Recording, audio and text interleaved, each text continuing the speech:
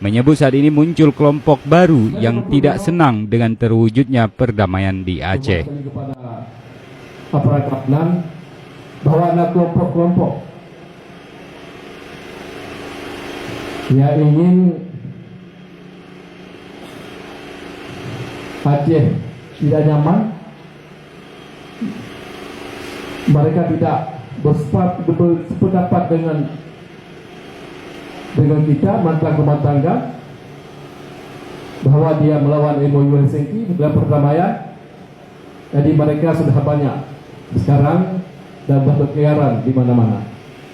Seperti yang kita ketahui kemarin-kemarin di Sigli, di Pidijaya. Seperti itulah yang terjadi pada saat ini. Maka sebabnya lo garis bawahi ikannya naga garis road na perintah road berurun hana mempuru sampai hana puncak. Dari Indrapuri Aceh Besar, Henry, Serambi On TV.